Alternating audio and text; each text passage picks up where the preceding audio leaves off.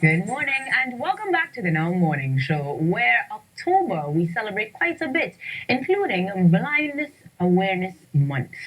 To tell us more about how we do that and to educate us, we are joined by consultant ophthalmologist for the Trinidad Eye Hospital, Dr. Ronnie Bhola, via Zoom at least. Dr. Bhola, good morning and welcome to the Now Morning Show. Thanks for having me. It's a real pleasure to be here to talk about the month. It should be, because we do need to continuously remind persons why it's important to pay attention to our eyes. This year, the theme being Love Your Eyes. Tell us how we can do so. Yeah, so this is the Blindness Awareness Month, and it was created for us to focus on blindness and visual impairment in this month. And so that people will prioritize their eyes. And what we want people to do is to go out and get their eyes tested, because there could be conditions going on or problems going on with your eyes that could affect your vision and you don't know about it. And one of those conditions is glaucoma. And if you start losing your sight from something like glaucoma and you don't know, you could lose your sight irreversibly, and we want to try and prevent that. Absolutely. Now, statistically speaking, we may be more susceptible to sight loss than we think. There is data out there to support the fact that most of the population, 90%, may see some sort of deterioration in their vision. Is that correct? Yes. So some conditions could actually, you could, sorry. That's fine. I'm glad that you're excited to give us the information, because my question was going to be what we can do to do exactly that. Prevent rather than have to be looking at what we can do after or navigating irreversible blindness. What are some of the preventative things or some of the signs that we can look for so that we can begin to take better care of our vision? Yeah, I think some conditions give you reduced vision. So you pick those up and you can go and see the eye doctor or the eye professional and get diagnosed. And the most common one is cataracts or refractive error in children. That is, they need glasses.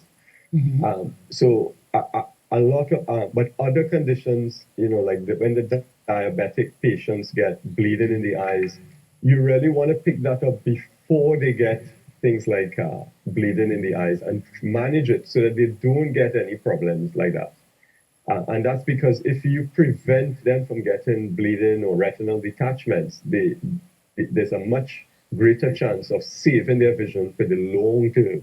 And for instance, the diabetics, they are working class, working age populations. So you really want to get them treated really early on in their careers so that they have longevity of careers and they don't put a lot of stress on the society or the economics of the country. So it's really important to have a diabetic screening program in any nation. And in Trinidad, we don't have a screening program in place. The Ministry of Health is in collaboration with us and the Diabetic Association right now to try and develop a screening program for the diabetic population. We have 200,000 diabetics in Trinidad, and you can imagine if we don't manage them and treat this population well, we could actually be having a serious economic impact on the country if we don't pay attention to things like that. Right. Now, as much as you mentioned screening and particularly use the example of something that can develop over time, there are also situations that we might be inherently or inherit rather through our family line. What are some of those conditions that we might need to be aware of and then therefore need screening for as well? So that's a really good point, because a lot of things are hereditary, and one of those is glaucoma. So if you have a family history of glaucoma, it's really important. And it usually develops in the older age group. We do see it in the young, but it's very rare. So if you're getting your eyes checked by the opticians regularly, by the age of 40, the opticians, optometrists, and the ophthalmologists, they all start really taking or paying a little more attention to your optic nerve and we start to do the visual field test. We started to look at the optic nerve in more detail. So we started now look for the signs in the patients who have a family history because they're more likely to get the disease. The other condition that I just want to highlight is myopia in children. Once you are myopic and you're wearing the little thick glasses or even the moderately thick glasses which I wear, you also have a risk of passing that on to your siblings. So I would say you must get your kids screened. You must always be looking out for if the child is struggling to read stuff and make sure you get them tested because it will affect their education. And if it starts to affect their education, it affects their whole development and life. So it's really, really important. I suppose as someone who is not necessarily too concerned with visual impairment, it's not something that is at the forefront of my mind. But we do observe World Sight Day, the second Thursday of the month of October, and that should definitely put a light on the things that we should pay attention to from childhood all the way up to older age. What does this year's observance look like? Yeah, so we on the theme of love your eyes. We actually, like Save Sight because it's so simple and easy to remember. Save Sight, love your eyes. I think this year we have to prioritize getting your eyes tested, Okay. screening. If you have kids, make sure they get their eyes tested. We're going to be setting up in malls to do vision screening. So one of the things you could do, tomorrow is World Sight Day, so get out there, look for the stands, get your eyes tested. And if you don't get tested on World Sight Day, there are, you could go to the opticians all the time and get the vision tested. Sounds good. Now, in terms of the observance, oh, sorry, the screening, how often should we get our eyes tested though? So every 1 to 2 years is the average. So I would say if you have no problems with your eyes, 2 years is pretty reasonable. Usually, your optometrist or optician would have you on their record, and every 2 years they'll be calling you. If Right. you don't have that, then you should really get your eyes checked and looked at. Dr. Bhola, that reminds me, I got a call last month. I have to reschedule.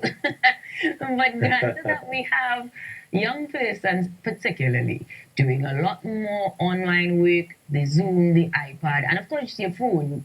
Are we seeing any sorts of statistical change in society's numbers where eye care needs are concerned? Yeah, with the screens, the digital devices, we get two conditions developing, and one is especially in kids who had to do a lot of online schooling for 2 years or more. We saw a development or increase in myopia. It got so it's almost like an epidemic of myopia increase worldwide.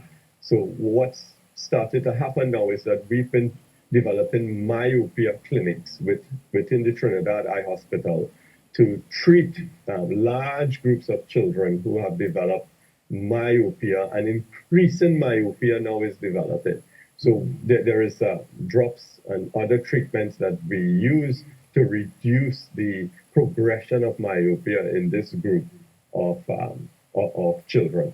The other problem that we see with the devices is digital eye strain, which develops because you have to use these devices for so long. You start getting more dryness on the surface of the eye, and you also start getting a lot of eye pain or strain. So we have the 20/20 rule and other things to try and help you to reduce the digital eye strain that you're suffering. Every 20 minutes, take 20 seconds, just Nice. close the eyes, and that would relax the eye muscles Right. and reduce the strain on the eye, and also re-lubricate the eye. So, when you're all on screen, I want to see you all just closing the eyes for the 20 seconds and then going again. Let the lecturers and the teachers know we're not falling asleep. We're just practicing the The, 2020 rule. But that's some great advice that we can absolutely put into practice to show how we love our eyes. I know that we have to wrap things up very quickly, but one other trend that I've noted is that we may see a lot more persons wearing glasses with blue light protection. And oftentimes the conversation is whether or not it's needed. It might be a fashion trend, it might be necessary. Any thoughts that you want to share on that before you wrap? I think it was Bodo who really pushed the blue light, the blue glasses. But he looked so good doing it. You know, everybody wanted to do it. But I the blue screens to protect you from the blue light. I think it's more trendy, and it was for praise. But really, there is no good hard data to show that it really makes a difference to the health of your eyes. I think really when we thinking of health of the eyes, we have to go back to basics. I don't think we need those eye vitamins and stuff that they're really promoting heavily. Those are really pharmaceutical drives, and also the screens are another driver in the economics of the world. But the truth is, you have to go back and do what your grandmother told you: eat your carrots, eat your green leafy vegetables. You know, she was right. These things do give you the vitamins that you need for your eyes. Make sure you vary the color of your foods, your fruits. Eat different types of fruits, different colored fruits, different colored vegetables, and that's what you need to do. Some great advice, Dr. Bhola. I am certainly going to make my call to reset my annual checkup and, of course, eat my beautifully colored foods to make sure that I love my eyes. Thank you so much for joining us on the Now Morning Show today, and we'll see you soon. Oh, I love the fun. Dr. Ronnie Bhola joining us this morning to remind us that World Sight Day is tomorrow, the second Thursday in October, and we want you to love your eyes. So stick around so you can continue to watch us here on the Now Morning Show. We'll be back after this.